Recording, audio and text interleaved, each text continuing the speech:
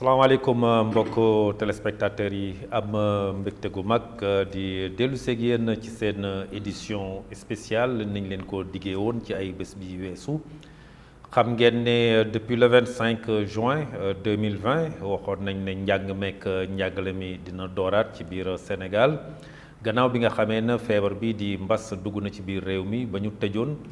dakkaloon tamit dem beeg dikk bi. Mais depuis le 25, président son excellence Macky Sall ak son gouvernement jàppoon ne war nañu mun a delluwaat ci l'école yi depuis le 25 nag duggaat nañu ci biir école bi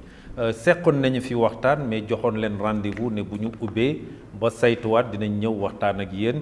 ci ubbi beeg ubbite bi naka la demee ma am mbégte gu mag tey ci biir plateau bi. di fi dalal kii nga xam ne moom mooy Badara di Alfred Camara moo nekk nii sama ndeyjoor ci sama càmmoñ ma ànd fekk Mody Diouf ci wetam Alice Samb laa fi àndal ñoom ñëpp nag jot nañu fee jaar ba ñu seqoon waxtaan tey nag ñu ñëw war a saytu jéem a xool mbir mi fan la jaar bi ñu ubbee le 25 Alfred maa ngi lay nuyu. maa ngi lay nuyu sëñ Fallou. di nuyu mbokk téléspectateur bu Thiès Prestige di nuyu sama naataango yu ma nekkal ci plateau bi muy monsieur Diouf ak monsieur Samb bu FENAPES ak UNAPES muy ñaari kuréel parents d'élèves yu yëngu vraiment ci système éducatif bi lu ñu ràññee ñu leen ci sant di nuyu aussi vraiment tous les agents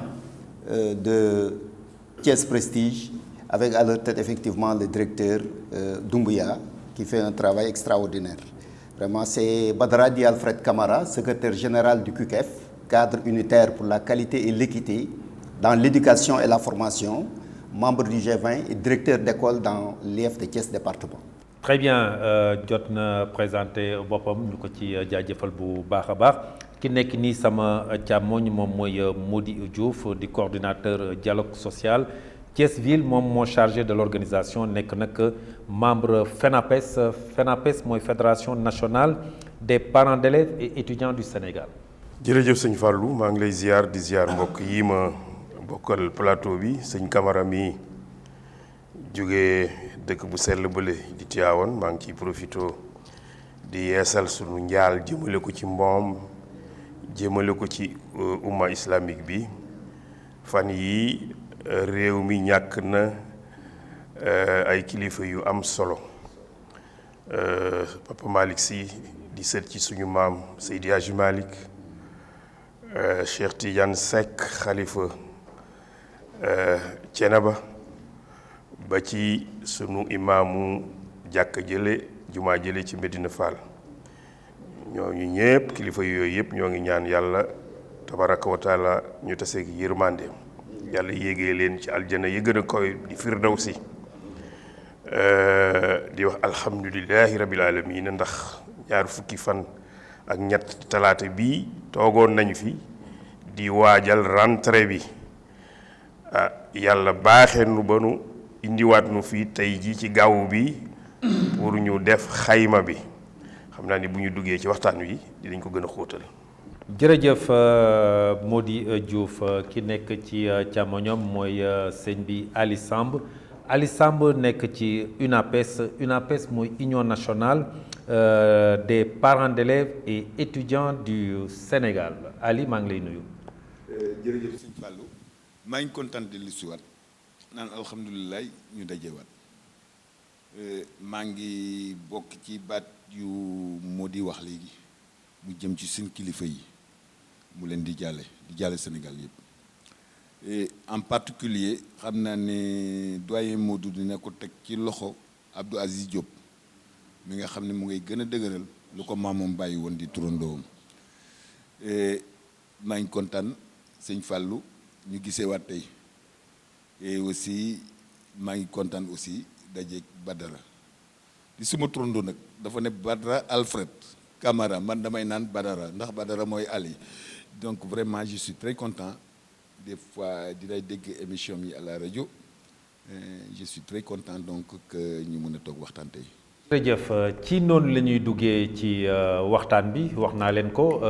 ci alxames bi le 25 juin la ñu delluwaat ci njàng meek njàngale mi Sénégal gépp ubbi nañu def nañu le tour des établissements ñun ñii sax Prestige def nañ ci reportage fële ca Fandène def nañu reportage ci biir dëkk bi tamit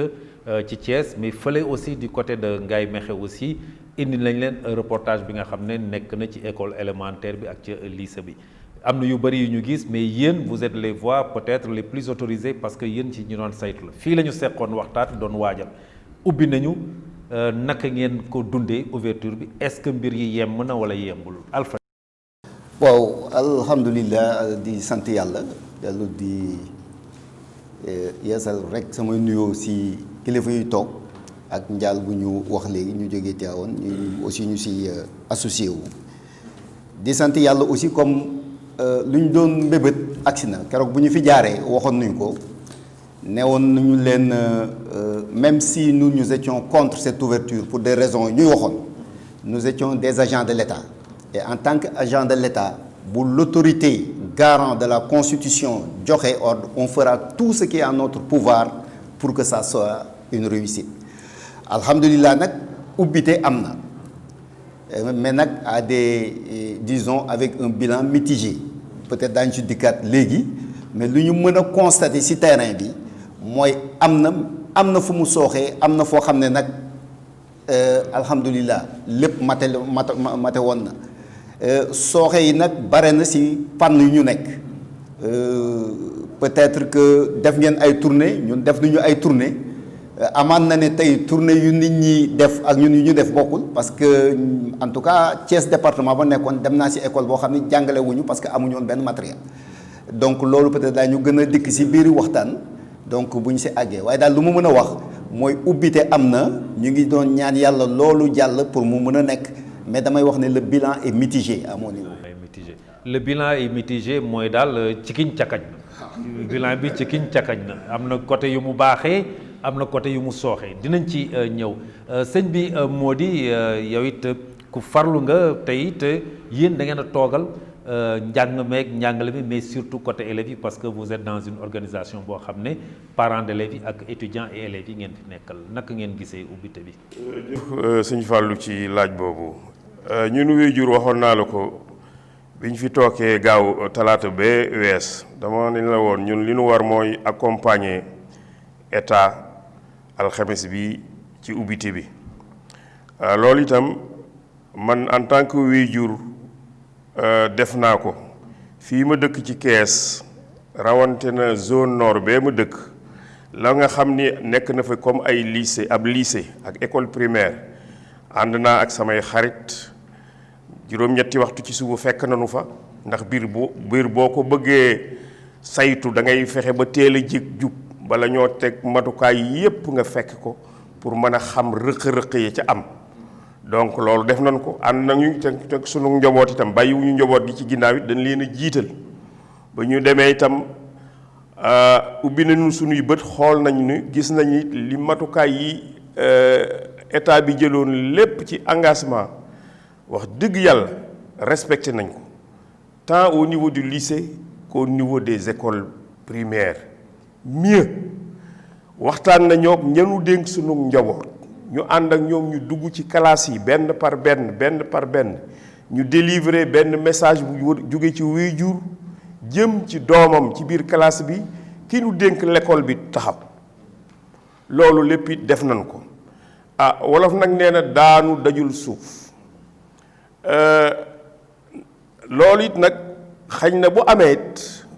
bokk na ci farlu itam jëwriñ yi ñu dénk njàngale mi ji fii ci biir Kees à commencer par l'inspecteur Papa Baba Diassé ak l'IEF Thiès ville wax dëgg yàlla daal fii moom Kees loolu itam amuñu ci woon xel ñaar ndax matukaay ya ca waroon yépp ci jumtukaay yi ci loolu ñuy wax protocole sanitaire ñun fexe woon nañu veiller ci ñun scrupuleuse en tant que waajur pour que toutes ces conditions soient remplies waaw man daal Kees la ville laa mën a waxee wax dëgg yàlla li ñu ci waroon daal fii daal état bi moom wàccoon ak ñun. waaw dugg nañu xool nañu ubbil nañu armoire yi vérifier nañu ba xam am na sax stock de sécurité boo xam ni fii ak ñaari weer loolu ñuy wax rupture de stock mën naa am yàlla mën naa am du ci am. Très bien donc pour moom le protocole sanitaire est respecté sëñ bi Sam yow tamit defe naa wër nga xool ndax yow tamit ci ñiy toogal parents d'élèves yeeg élèves yeeg étudiants yi ci nga bokk bi nga wëree est-ce que situation bi c'est à la normale. jërëjëf sëñ Fallou damay gën a dëggal rek lu suma kilifa suma nijaaya parce que souvent on dit on est des camarades ci organisation mais moom vraiment daf ma def jarbat damay gën a dëggal lu mu wax loolu bon ñun li jot nañ liggéey tuuti ci Thiès département mais ñu ngi saluer vraiment disposition yu ñu jël ñu ngi koy saluer bu baax autorités yi mën naa ne def nañ ci seen kéemte lay kattan mais aussi suñ ne autorités yi y a autorité de l'État service déconcentré yi ñi nga xam ne ñu ngi dépendre ci ministères yi mais aussi autorité territoriales yi vraiment dugal nañ ci seen loxo lu bëri surtout les produits lu ci ëpp fu ñu jot a jaaree lu ci ëpp autorité territoriales yi jàppale nañ ci les services déconcentrés mais lépp lu ñu wax ñii ma jiitu vraiment loolu la d'une manière générale su ma ko doon gàttal def nañ ay constat am na ay points forts yoo xam ne dañ ko gën a dëgër war a gën a dëgëral taxawaay bi maître yi et cetera am na au lieu lu cinki cànk xaw ma noo ko waxee léegi sëñ Fallou caxadi xaw ma mais nañ ne ay points yoo xam ne dañ ko war a améliorer waaw yooyu suñ gën a dugg ci biir peut-être ñu wax ay points. kon dinañ dugg ci biir waxtaan bi yow daal jàpp nga ne li ngeen xoolee est-ce que le protocole sanitaire jàpp ngeen ne ça a été respecté. sanitaire bi yooyu yëpp ça a été respecté mais damay daan ci saluer mobilisation organisation communautaire de base yi à travers API association des parents d'élèves ak comité de gestion yi ñoom ñëpp jàpp nañ ci ñoom tamit mobiliser nañ. dinañu ci dellu si su ngeen xoolee plateau bi ni mu bindoo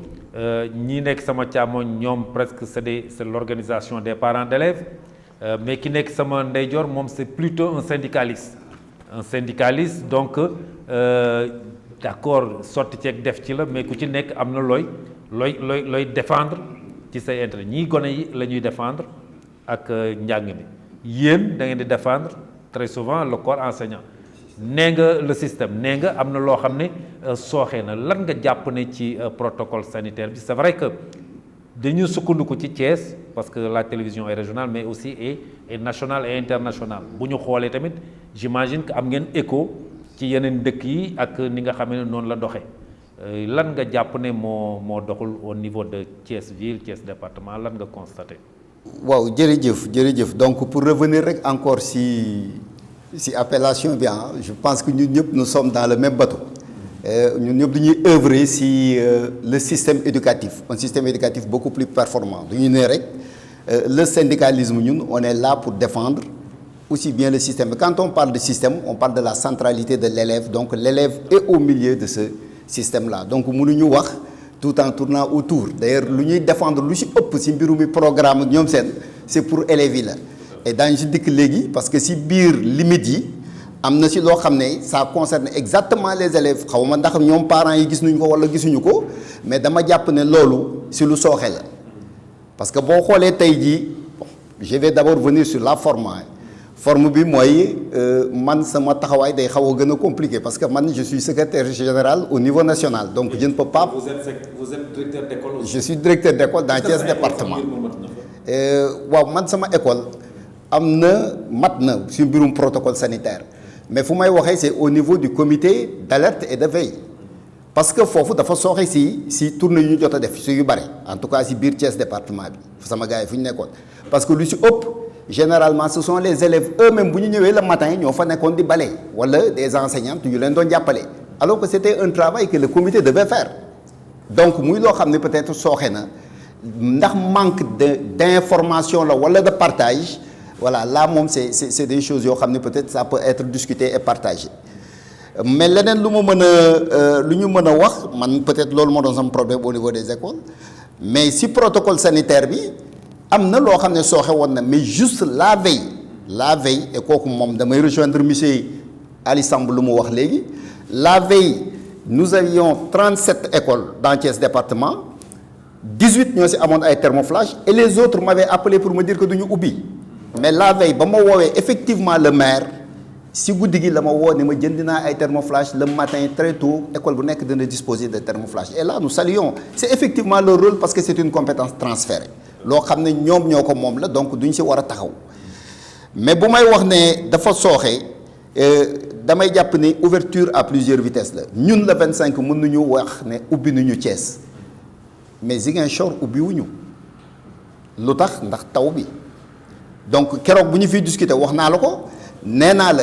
ñu ngi ubbi moment boo xam ne on risque d'avoir ce qu'on appelle une inéquité au niveau des enseignements apprentissage tey jii bu ñu demee ba école tëj du ñuy évaluer doomu Sénégal yëpp ci même épreuve boo xam ne du ñu xool ne kii sud la kii Thiès la kii nord la mais tey jii le problème mooy sud tey mën nañu toog une semaine muy taw xale yi bañ a jàngi ñii di jàng bu ñu joxee épreuve bi ñële ils seront défavorisés et je vais dire que c'est une inéquité totale beneen bu ci des bi muy sur le plan quand même des contenus foofu laay wax léegi ne parents d'élèves yi xaw ma ndax saytu nañ ko wala saytuwuñ ko bu ñu xoolee l'État a prévu en tout cas le ministère indi na ce qu'on appelle benn plan de réajustement des programmes mais réajustement des programmes boobu daf koy yemale ci moyen ak secondaire élémentaire amu ko donc loolu aussi muy ab iniquité ci biir liggéey bu ñu doon def pour que xale yi mën a tolloo ay chance mooy lan mooy ñun tey au niveau de l'élémentaire xale yi du ñu leen di jàngal mais du ñu programme bi amul dara lu ci wàññeeku donc lu ñu leen doon jàngal temps bu année bi normalé moom lu ñu leen di jàngal dans cette année anormale tandis que au niveau du moyen secondaire dindi nañ ci lu bare ne gars yi jàngal leen lii évaluer leen ci lii loolu aussi muy ab manquement boo xam ne bon man dama jàpp ne lu ñu war a mën a redresser la mais sur le plan du protocole sanitaire à part que yenn écoles yi ñu ngi wax ne bon ñii ay benn gel ñaari gel ñetti gel mais si tournée ba ma def par exemple damay citer nommément je prends l'école de Kër Matar dans Thiès département ils ont renvoyé les élèves parce que il n'y avait aucun protocole sanitaire ni masque ni gel ni rien du tout mujj ñu jàng jour boobu et c'est la même chose à Mbissau donc c'est des manquements yoo xam ne day am peut ñëpp nag mënuñu matale fépp xam lépp mais toujours il va de soi que ça dans Thiès ville vraiment j'avoue que ne on n'a pas tellement entendu de problème comme il l'a si bien dit parce que pratiquement tous les leaders là tournent autour de Thiès ville c'est normal. kon moo di dégg nga li mu expliqué mais man dafa mel ni ci reportage yi ma dégg dans Thiès am na ci école yu ma déggoon ne amoon nañ problème électricité wala problème mu ndox le même jour et j'ai entendu mu mel ni dama dégg gouverneur mu ne bu ñu ko indilee yooyu yëpp d'ici demain dinañ ko régler cela veut dire que le jour même il y a eu quelques manquements wala yooyu sama information moo leerul wala lan. loolu sax sëñ Fallou du ci ñàkk parce que nee naa la sànq mbiru doomu aadama la te itam œuvre humaine boo gis rek dina am ay failles benn wala ñaari école yoo xam ni am nañu rëq-rëq ci courant ba wala ndox ma wante ñun waajur mbir mi bi mu amee suñu taxawaay mooy ba ñu sukkandiku dong ci état wu la maire bi wax naa ko fii talaate bi weesu nee naa la woon école communauté la sëñ Camara mii janloog man c'est un technicien de l'école c'est un directeur d'école lii may wax moo ma ko gën a xam parce que man xañ na comptable de formation la sama métier c'était d'interpréter les comptes du bilan mais yàlla moo ma nattu ci école rek ba may jàppale njaboot gi je suis pas un technicien de l'école wante école communauté la firnde ji mooy la dernière réforme bi ñu def sur le paquet dafa mettre l'accent sur la communauté loolu mooy lan mooy problème bu amee ci école nañu dugg ci communauté bi ñu xool nañuy régler problème yooyu. mbiru ndox mii nga wax loolu posé na fële ci gox bee ma dëkk ci Médina Fall ci école primaire ya engagement ba fa élu local yi jëloon saytu indi ndox ca école ba defar toilette ya ba ñu demee ba xam ni engagement yooyu nar naa am rëq-rëq ci njàng sunu doom yi danoo sol sunu dal xool dugg ci communauté bi xool ñoo xam ni war na noo mën a combler ce gap là. moo la ne rek délégué de quartier bu Thiès extension que je salue qui est un fils à moi sëñ Modou Lo engagé wu na wut ay charrette def ci ndox durant incha allah li xale yi jàng lépp ci école ba ñaari fan yu lañu yëtt dina leen indil ndox ndax am na ci école yoo xam ni pression d'eau ba dafa demee noo xam ni ndox nga fa naam mais à partir de 2 heures 3 heures du matin ngay mën a am ndox donc daf ci am loo xam ni engagement communautaire bi moo tax ma ni may mettre l'accent toujours que l'école yi ñi ñu koy dénk nañu seet ñi ñu koy dénk tant directeurs yi ñu koy dénk tant parents des élèves yi nga xam ne dañuy compétir ni dañuy jiite APE nañu nekk ay jëmm yoo xam ne nañu fees seen place sëñ Fallou du caagi de rek man may directeur bu man ñëwee costume rek làkk tubaab ñu wër ma bu problème bu gën a tuuti bu amee sax may xaar état ba wala mairie bi ñooñu war nañoo am capacité d'anticipation war a mën a am capital relationnel loolu ci man mii laa koy commencé man parent d'élève bi wante may président parent d'élève facture ndox bu ñetti junni wala ñaari junni sax buñ ko coupé yow mënoo def sacrifice wala mënoo am ay pexe yoo ko réglé naa xaar damay xaar API ba wala damay xaar mairie bi ñooñu sëñ Fallou jëru ñoo jiite ah xam nga suñu réew bokk na ci li ñuy tardeel mooy ñuy xëccoo ay ndombay tànk wala ay place yoo xam ne buñ ñu ko joxee ba pare amuñu ci benn pexe. mais sëñ bi li ngay wax dafa am importance trop moo tax doguma la parce que dinaa ci dellu si waat ñu waxtaan ci biir émission ndax nag jàpp naa ne lu am importance ngay wax mooy kan moo war a jiite le profil du dirigeant celui qui doit diriger kan la war a doon très souvent gis nañu ci ay organisation yu bëri kan moo bëgg a jiite rek nga yëkkati sa loxo bu ñu la ko joxee mënoo ci dara sëñ bi Samb wax na ko ubbite bi am na moom au niveau de l'enseignement wax na ci tuuti ci problème programme bi naka la ñu war a xoolaatee au niveau élémentaire wàññi nañu au niveau secondaire mais moyen secondaire mais au niveau élémentaire waxuñu ci lu bëri keroog bi ñuy waxtaan fii nee naa leen yéen parents yi te na ngeen ko génne defe naa sëñ bi moo di sax moo ko waxoon autant njàng mi état dafa am responsabilité jàngal xale yi ñu am njàng mu dëgër autant parents d'élèves bi aussi dafa am responsabilité ak doomam mun a jàng est-ce que yéen xool ngeen un tout petit peu bi ñu ubbee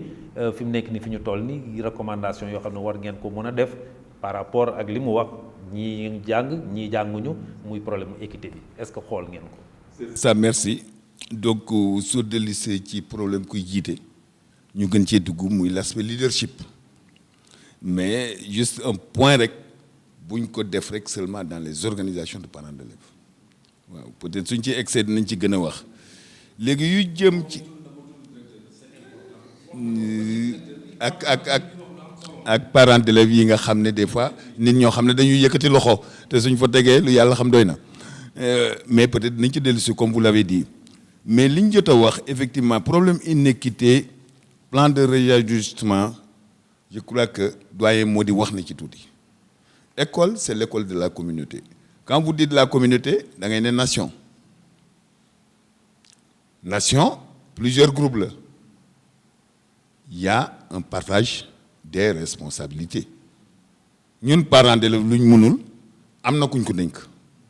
mbaa suñ constitution dénk ko dañ koy nangu am na li nga xam ne ñoom mënuñ ko ñu dénk ñu ko ñoom it nangu nañ ko mooy les règles du jeu c'est-à-dire am na li nga xam ne parents d'élèves du ci mën a dugg mais am na ñi nga xam ne wóolu na leen ñuy les experts de l'éducation wóolu na leen jox nañ leen cër bi yëpp yu mel noonu des fois dinañ leen di bàyyi ci lu jëm plan de réajustement lu jëm l'aspect inéquité ñu wax ci yu bëri avant ñu commencer bindoon nañ ci parents d'élèves yi saluer ko fii it ñu ngi leen di demander plan de réajustement ñu proposer yi nga xam ne moo war te ñun wóolu nañ leen xam nañ ne dinañ ko proposer seen xam-xam màcc na ci et dinañ ko proposer et dinañ ci jàpp inéquité bi liñ ci mën a def dinañ ko def bëkk démb man waa Casamance la ce qui fait que dinaa yéeg taw bi ndax sa mbokk yi sax dañ ma koy wax tey ci suba rek am naa benn xarit bu may kii naan ma mu nga ñuul kukk mais aussi yaakaar nañ ci enseignants yi ak les inspections et les autorités locales comme niñ ko waxee au début ne dinañ jël des mesures adaptées à la situation wax ngeen ko au début fépp mënul nekk la même chose il y a pas d'égalité mais il y a l'équité chaque situation doit être gérée mais li ma neex ci ubbite bi mooy lu tubaab di lépp naan le principe de la règle qui est générale c'est qu'il y a une exception et déglu naa ci tous les acteurs les commentaires ñun lu jëm ci ñun ñu ngi continuer monitoring bi recueil des données parce que am na yenn yi tamit balaa ñu koy wax day fekk ñu am lu ko firndeel bind ko fii ak fin de semaine dinañ ko def incha allah mais lu ñu jot a dégg surtout en particulier la mobilisation de la presse am na ñu ci bëri ñu ngi déglu presse bi parmi lesquels Thiès Prestige ak ñeneen mais au moins je salue seen mobilisation lu ñu ci dégg yaakaar nañ ndax dafa mel ni lu gën a dëgër moo ëpp lu sangali ñu améliorer ko lu tax ñu koy mën a améliorer la première des choses c'est la mobilisation des experts su ma nee expert je parle des enseignants je viens comme ça de l'école de Sinthiou Yoro Sadio quand j'ai trouvé le directeur et le maître attitré de CM2 fekk leen situation bu ñu nekk ak ni ñu ci defee vigueur suma xel dafa dal mais ma wàccee benn à ce stade donc li nga xam ne au moins nañ ko insister beaucoup il faut que au moins ñu prévoir une évaluation à mi-parcours suñ joxee 2 semaines au moins natt yëpp ñu teg ko mun a corriger au fur et à mesure. bala may ñëw ci sëñ bi Alfred mooy ouverture à double vitesse bi muy wax nii man su ma ne dama dalal ay parents d'élèves wax naa ne dinañu xool ci biir Thiès ville Thiès département mais aussi dinañu xool au niveau national parce que yéen ñëpp équité mu ngi ci biir te li doomu Thiès war a jànge jàpp naa ne effectivement dans la majorité ci Thiès parce que ñun reportage yi ñuy def yëpp loolu la ñu gis mooy ci li ci ëpp le protocole sanitaire est respecté Ngaye Mékhé Guélé def naa ci reportage au niveau du lycée école 3 tout le protocole sanitaire est respecté les élèves sont dans de bonnes conditions les enseignants tamit ñëw nañu dans de bonnes conditions disponibles et motivés mais Sénégal yemul ci loolu parce que examen yi ak njàng mi li ñuy jox waa Ngaye di ko jox waa Thiès moom la ñuy jox waa Tambacounda ak waa Fulomegi ma jàpp ne bu ngeen yoree une fédération nationale war ngeen am écho de ce qui se passe ailleurs est-ce que ci yeneen localité yooyu dégg ngeen fu ñu waxee ne mbir mi sooxee na ci loolu pour ñu jéem a xool ban saafara lañ ciy indi. waaw man de laata l'école di ubbi jokkoo naa ak suma nattaangoo yi nekk Sédhiou ak Ziguinchor xam nga cette partie du sud du pays est réputée ñoom ñooy jëkk am ndox taw te ñun waajur yi nga xam ni dëkkuñu foofu ak jàngalekat yi yëkkati woon nañu seen kàddu wax ni état attention zone bëlekat dafay gaaw a taw te xale yi nu muy dañoo am ñu ay jafe-jafe lam ma waxit mooy monsieur Diouf mu ni maa ñun fii la ñu dëkk xam nañu nu ñuy toje sunu bopp janax taw bi mook taw bi moo ñoo dëkk taw bi nag warut a yàq ci nit ñi di doxi seeni soxla xamal na ma it ni ma état bi jëloon nay engagement ci jamono jooju itam ni école boo xam ni jàpp nañ ni taw bi nar na koo yàq dinañu fexe bu jël toutes les dispositions pour que xale yi war a jàngi defi examen ñu bu laajee ñu déplacer leen yóbbu leen feneen itam loolu itam am naa firnde ni itam fu mel ni région de Sédhiou itam la fa waroon ci wàccukaay ci fexe ba protocole sanitaire bi ñu respecté ko parce que dama lay fàttali ni man maa yore l'organisation de la fédération nationale des parents d'élèves et étudiants waruma toog kees gi rek mbiru kees gi rek yitteel ma mais war a am gis-gis bu sori xam sama nawle ba nekk Kaolack ba nekk Ziguinchor ba nekk l'ensemble du pays jafe-jafe yu moom man ko centraliser loolu lépp daal di koy verser ci corbeille bi jox ko président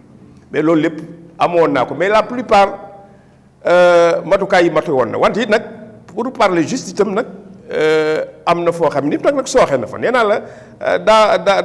daanu dajul suuf wante li ci des rek dañ koy combler. mais ban solution ngeen yaakaar ne taw bu bëri bi mun na ko gàllankoor ngone bi ak naka lañ ko war a mun a fexe ba mu rattraper j'imagine parce que bu tawee xale yi du ñu jàngi buy taw xale yi du ñu jàngi donc perte de temps boobu naka ngeen yaakaare ne war nañ ko mun a régler. la am na loo ci xam ni autorité administrative bi nekk ci région yooyu ñoom la incombé parce que on n'est pas gouverneur pour rien on n'est pas préfet pour rien monsieur Fallou ils sont formés à bonne école c'est des cadres de haut niveau am na lu mbir moo mënee rek bu amee ci réew mi am na disposition yoo xam ni war nañ koo mën a jël ñoom en tant que autorité disposition yi mooy bu dee l'école bi dafa fees ba nga xam ni xale yi mënuñu fee jànge war nañu mën a créer yeneen conditions yeneen école xool yoo xam ni conditions yi xale yi mën nañ faa jànge non c'est-à-dire sama problème mooy dafa naa góor gi nga baal ma dafa am fu ñu waroo foo comprendre wul fa may waxee xam nga lu xëy suba di taw xale bi du jàngi jour boobu dañ koy perte bu tegalee ñett fan ñeent juróom fan muy taw xale yi perte ces journées là comment. xam nga wax sax moom mën naa am comme mën naa bañ a am xëy na mën nañoo jàpp rafet njort ni mën nañoo rafet njort rek ni mën naa xëy suba ba ngoon muy taw wante dama la ni école ay technicien lañ ko dénk quantum horaire boobu di leen manqué ci journée bi ñoom ñii xam na ni ñu koy combler ils sont formés pour ça. maa ngi ñëw ci yow parce que moom ci njàngale bi la nekk ba pare directeur d'école la wax na problème mu quantum horaire parce que wax na léegi ni ñu wàññee programme secondaire moyen secondaire parce que wàññi nañ leen sax ay heures mais élémentaire bi wàññi luñ leen dara li ma wax nii est-ce que yéen xalaat ngeen ci loolu parce que su dee Thiès sax keroog maa ngi tooñ sama directeur d'école ba may dem ma ne dafa mel ni yàlla dafa commencé alerter nit ñi parce que le 25 déjà xëy na ci suba si mu commencé di taw wis tuuti daal di taxaw ma ne te élèves yi génnuñu ba mu commencé wis rek ndegam Thiès gii la élèves yi dul génn te ñu ngi jëm ci nawet bi li ñuy ñaan yàlla mooy mu taw bu ànd ak barke yi est-ce que yéen xalaat ngeen ci loolu. waaw xam nga sëñ Fallou ñun je pense que keroog bu ñu fi jaaree suñu première inquiétude moo doon le moment avec la pluie waxoon nañ ko et lu tax ñu waxoon ko aussi moo doon gisuñu woon benn pièce de rechange ce n'est pour rien aussi que le législateur décidé ne on arrête les cours au mois de juillet pourquoi par exemple en Europe les gens ouvrent en septembre ñun ñuy dem ba octobre c'est que loolu yëpp législateur bi daf ko calculer woon par rapport ak l'hivernage peut-être les gens ñële am nañu moyens yoo xam ne ñun amuñu ko nous avons des réalités que les autres n'en ont pas problème mu taw bi lu ñuy ñaan ñun mooy mu taw ba mu baawaan parce que suñu mbokk baykat yi aussi duñ leen ñaanal yàlla effectivement ñu mën parce que loolu mooy doxal aussi économie bi bëgg jàngale aussi ba ni bu mu taw duñu ko ñaan. jërëjëf kon yéen a ngi ba léegi seen waxtaan bi ñu leen indil édition spéciale jëmale ko rek ci ubbiteb njàngale mi ci jamono ji nag wax nañu waxu taw bi ak perte de temps boo xam ne mun na am mais il faut trouver peut-être des solutions à cela sëñ bi Alfred ci jamono ji ubbi nañu relancé nañu wàññi nañu un tout petit peu le programme au niveau du moyen secondaire mais élémentaire bi wàññiwul naka nga yaakaar ne la ñu war a mën a xalaate pour que véritablement équité boobu am ci élèves yëpp mais aussi ñu mën a jàng un programme assez solide. moi je pense que donc foofu nga mujjee rek man je pense que moo doon solution bi si les gens étaient un peu conséquents par rapport ak lu ñu doon def ak bu fekkee ne effectivement il y avait une bonne gestion une bonne planification nu ñu ko defee parce que xalaat nañu si wàññi programme moyen secondaire il fallait aussi que ñu revenir wàññi programme élémentaire bi parce que le programme est extrêmement vaste tey ji élèves yi maître bu leen yoree qui est conscient yaa ngi wax léegi ngeen ne fekk nga say maître xaw ma kel ma nga fa jaaree mu nekk fa samedi bi tey di jàngale mais lu ko tax mooy tey ji il est pratiquement traumatisé par lu ko desee si programme bi ak élèves yi lu ñu war a jàng mais nag c'est en un temps limite parce que examen yi c'est le 20 août donc pratiquement un mois 15 jours la booy war a jàng nga war a terminer programme boo xam ni toog nga 5 mois yoo xam ne réaliser woo ko cela pose un problème donc il fallait d'abord que gars yi diminuer le programme ñu réaménager que de sorte que jàngalekat yi daañu xam ne tey kat tel programme si lii lu ñu war a insister lii lu ñu war a insister lii lu ñu war a insister ñu am ko au niveau national ñëpp tolloo si enseignant buy jàng lañu jàng mais ce qui est sûr mooy taw moom bu ñëwee le quantum horaire même en temps normal c'est difficile que nit ñi keroog maa ngi la koy fi wax nee naa la le quantum horaire daaw c'était 2018 2019 1325 heures cette année-ci c'est 1296 heures mu amoon presque benn gabu 35 heures mais même en temps normal duñ ñuy wax ne normalité bi si quantum horaire 900 heures boo ko defee ñu valider la sa année mais Sénégal du ñu def 900 heures c'est toujours entre 600 et 700 heures mais kooku mooy temps boo xam ne c'est normal cette année-ci nag mënuñu am sax gëwuma ne mën nañu am 400 yu mat donc loolu boo si bëggee tey ne te nit ñi duñu ko rembourser duñ lay wax ne duñ koy rembourser mais gëwuma ne duñ koy rembourser parce que sinon duñu am 600 700 heures donc bu tawee tey ku nekk da ngay toog sa kër man j'ai fait 7 ans en Casamance mais fu mu doon tawee usuy laa nekkoon bu doon taw une semaine sama kër laay toog di naan ataaya parce que doo mën a génn peut-être ku fa dëkk ki moom du problème si moom mais ku fa dëkkul munoo di jëngu di jaar si biir taw di dem man bu ma ndoxu taw laalee sax nga feebar. ñoo am na situation yoo xam ne moom c'est sûr jàng ma mënu fa am mais leneen li bala may dem ci sëñ bi Samb mooy perte de temps yooyu nar a am yëpp am na lu ma dégg tamit ci syndicaliste yi benn syndicaliste bu ko wax di laaj sax ay indemnité pour nit ñi jàng loolu nag man bi ma ko dégg dama xaw a daanu yow noo gisee loolu parce que loolu tamit xaw na doy waar man je me suis dit même est-ce que c'est une bonne information ça. waaw non ça c'est une bonne information mais xam nga li ñuy wax mooy syndicat chaque syndicat est autonome dans ses approches mais ñun gëmuñu ne heure bi yoon la nit di demander benn indemnité ce n'est même pas pensable à notre niveau amul sens du moment que déjà tu es resté pratiquement 5 mois yoo xam ne tu continues à percevoir ton salaire alors que tu devais être en classe tu n'as rien fait beneen bu ci des bi mooy moment bu ñu nekk ba léegi c'est le moment du temps des enseignements apprentissage et nous sommes des fonctionnaires de l'État amuñu droit su dul 1 mois de congé comme tous les fonctionnaires de l'État tant que l'État a besoin de toi État da lay jël dugal si. yow syndicaliste nga directeur d'école nga mais ces 3 mois de vacances ou 2 mois de vacances yu ñuy wax ne c'était pas pour les élèves c'est pas pour les enseignants c'est pour les élèves.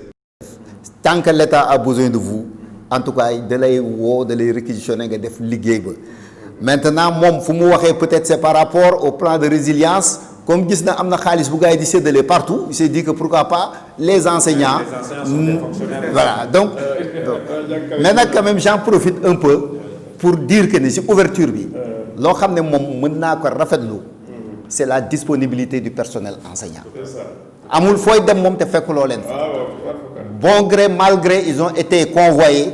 vraiment neex nañu naqari nañu am na ay problèmes mais bu ñu demee ñoom ñëpp ils sont restés sur place et bu ñu nee dañuy ñibbee tout le monde était sur place. Dans les reportages en tout cas yi ñu def yëpp on a trouvé l'effectif au complet dans les établissements ça vraiment il faut saluer sëñ bi Samb ba léegi yaa ngi maa ngi la téyeloon kàddu gi ñu wax ci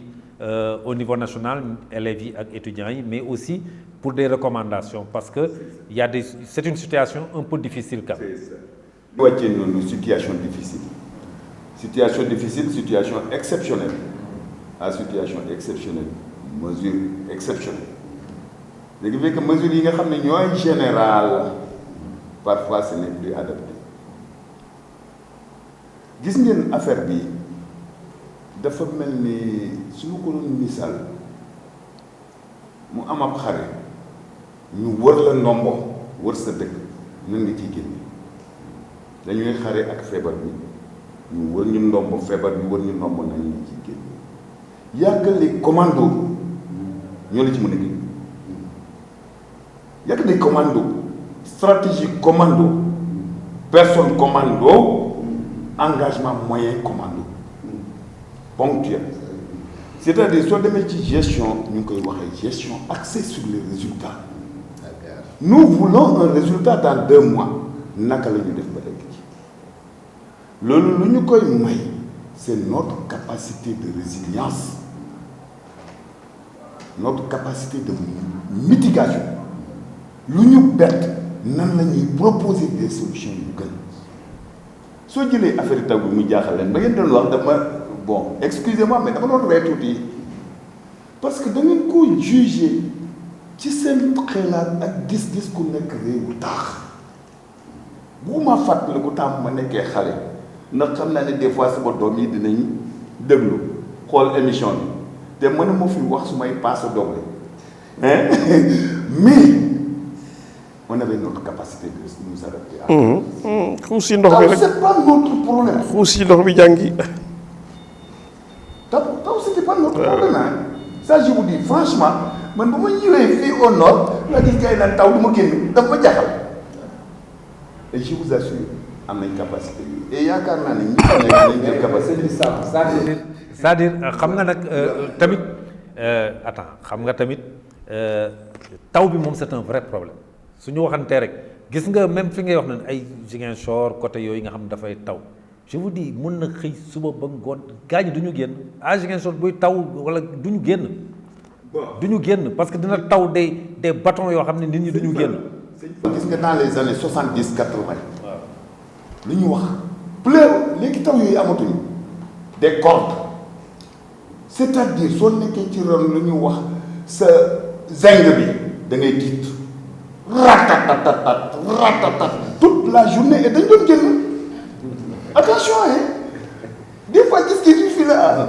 taw bi léegi bëritul sax. d'accord bon juste maintenant pour des solutions. des solutions vraiment xam nga dans une situation de commando solution bi mënoo ko prévoir day ñëw nga ne nan lay def tac tu as un problème politique gestion axée sur les résultats dynamique la pas boo def rek da lay indi lu bees nga ne nan laa koy fay mais en attendant vraiment ñu ngi ñaan enseignants yi continuer seen mobilisation état bi na leen ci jàppale wax nañu léegi indemnité mais defe naa indemnité sax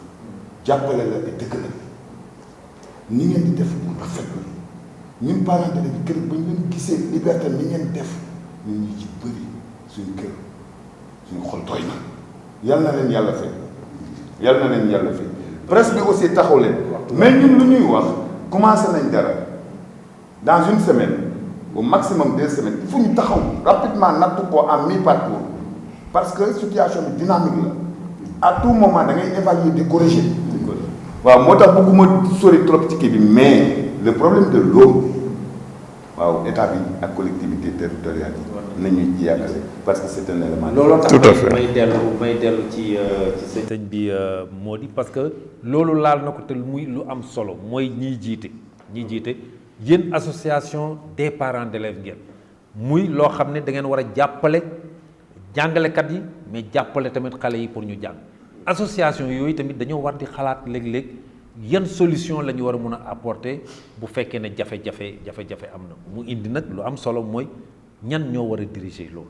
très souvent parents d'élèves yi wax naa ko seen association ça tourne autour de 2 ou 3 personnes te ñooñu sax am na ci ñoo xam ne su problème amee quelquefois ñoom seen bopp amuñu capacité de trouver les solutions alors que foofu lañ leen di xaare sëñ bi moo di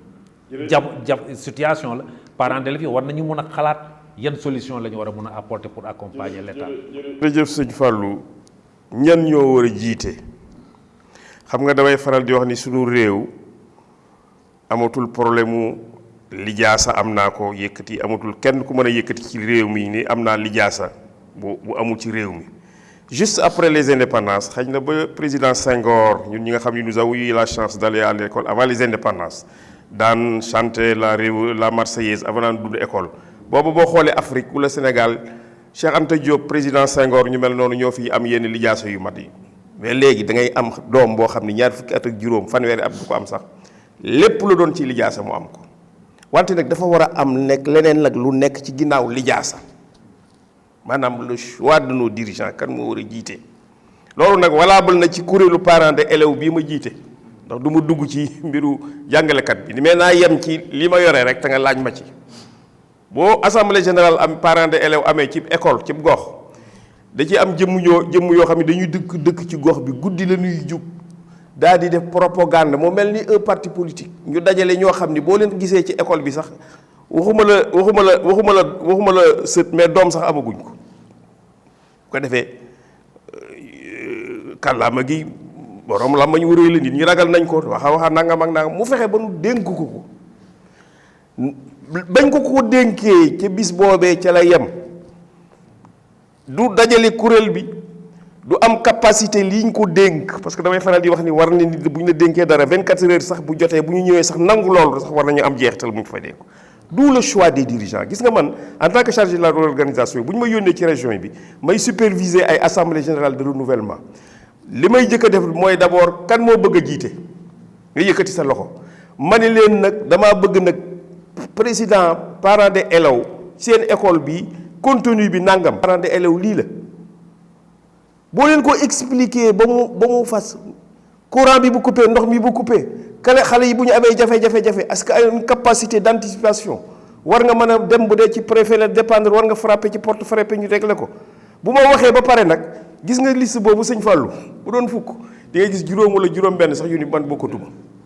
maanaam li ma bëgg li ñu war a def ci loolu mooy nañuy wut ay nit ñoo xam ni d'abord bëgg nañu li ñuy def parce que mbir boo koy jiite d'abord dana la ko bëggal dana la jëral sacrifice na jël sa temps na jël nga làmb sa poche di joxe ne nag ngir nga gën ay pexe mais na nga fexe ba itam ba jigee loolee ñu la dénk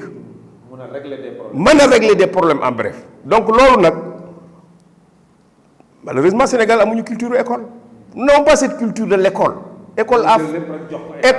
moo tax président Sall ñeenti at ci ginnaaw bi mu defee son fameux retour au royaume d'enfance man jigéen naa ñi yore njàngale mi ci réew mi ni leen ni da ngeen wax président Sall régulièrement retour au royaume d'enfance ñaari at yu ne na wax cadre sénégalais yi ñu dellu ci école bu ñu demee dinañ xool la fa ne ñu defaral ko seen bopp c'est pourquoi j'en profite pour saluer l'action déterminante de mon jeune frère Baratal dans la zone nord qui nous a permis d'avoir la plus belle école du Sénégal kooku au moins xam nañu am nañu culture école. jërëjëf Alfred waxtu wi xooj nañu maintenant foofu la ñuy tàggatoo li mu mujjee wax nag lu am solo la est-ce que jàpp ngeen ni yéen parents d'élèves yi ñu ngi def des actions concrètes pour régler des problèmes parce que situation bi ñu nekk nii situation exceptionnelle la ay xel ak xalaat moo ci mën a génn njàng meeg njàngale mi.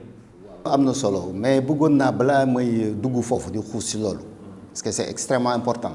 parce que bilan bi dafa ñu fi yëkkati woon mais dafa am benn pàcc boo xam ni bu ñu fi jógee te waxuñu ci ñoom aussi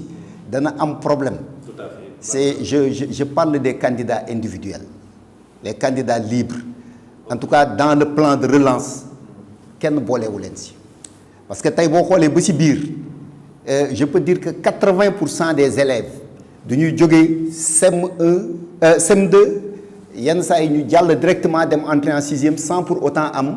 le certificat c'est des candidats libres mais tey jii ni ñu tënkee affaire yi pour ñu jàng amuñu droit dugg ci école bi jàng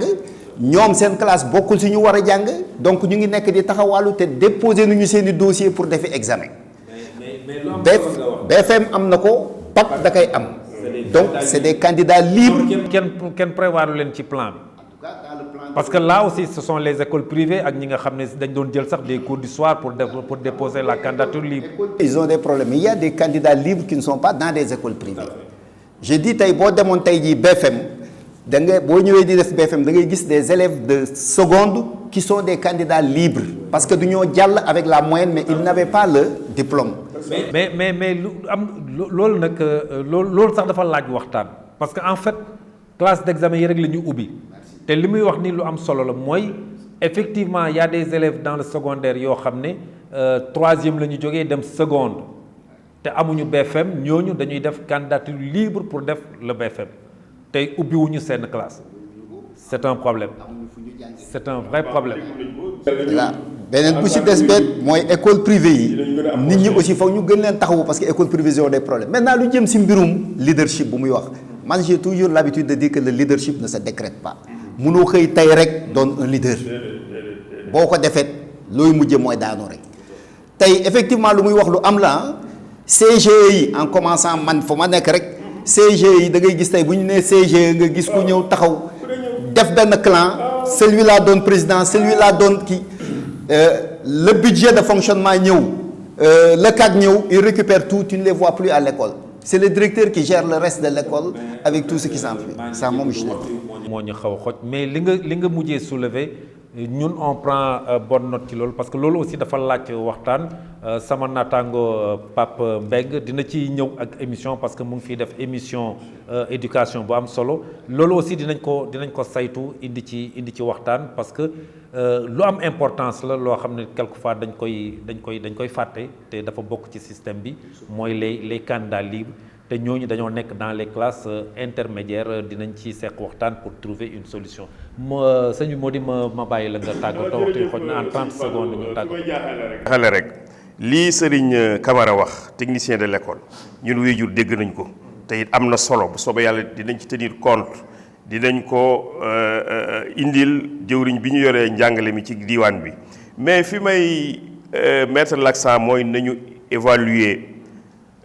ubbiti bi. xam nga sëñ Fallou sunu réew dinañu investir alal yu baree bari wante ñun amuñu culture di toog léeg-léeg taxaw def jàngat taxaw seet moo tax awma sikku sàkka ni loolu ñu dénk njàng mi bàyyi nañ ko xel moo tax nag loolu lu mu gën a gaaw rek lu mu gën a gaaw rek moo tax lii ngay def di dajale ñun waajur yi di dajale directeurs yi ñu dégg suñu école parce que am na lu nu xam nun am na lu nu man mais am na loo xam ni ci biir waxtaan ci lay feeñee te am na xam ne loo xam ne bu feeñee ci biir waxtaan ki ñu dénk suñu doom mu attiré ci suñu attention dina tax ñun loolee nekk suñu yitte donc ñu ngi sant monsieur Camara bu baax a baax a baax di la sant di sant kilifa rajo bi di sant bu baax nag sama jarbaat Alioune Samb wax dëgg yàlla man maay nijaayam wante saa bu ma xëyee sax damay jël lépp sax jébbal ko topp ci ginnaawam rek di ko encadré waaw. 30 secondes sëñ bi Samb ñu. maa ngi nuyu ñëpp mais damay revenir point sur le leadership. rapidement. Le problème de la gouvernance c'est le problème le mieux partagé au Sénégal. Ce ne sont pas seulement les parents. boobu loolu laa ciy wax je crois que dinañu réfléchir ñun parents d'élèves dinañ ci def suñu kéemtalaay kattan sant ñëpp à commencer par vous sëñ Fallou. yàlla may ñu nekk toujours sa keppaar sant bien sûr Pape Doumbouya Pape Ablaye et tout le monde et aussi remercier suñu monsieur Fane ci qualité bu ñu qualité yónnee ñu fii mu ngi leen di nuyu di leen yónnee seen nuyu daal war naa leen compte macha allah merci à tout le monde merci bien et mon oncle est là lui je ne lui dis rien on dira ce qu'il faut dans la maison. jërëjëf. Camara moo fi toogaloon QQF mooy cadre unitaire de la qualité et l'équité dans l'éducation et la formation moom ci boppam directeur d'école la ñu lay jaajëfal bu baax nga jógee Tivaouane ñëw ba fii pour émission bi vraiment sensible nañ trop ci loolu ñu la ciy jaajëfal bu baax a baax Mody Diouf moom mooy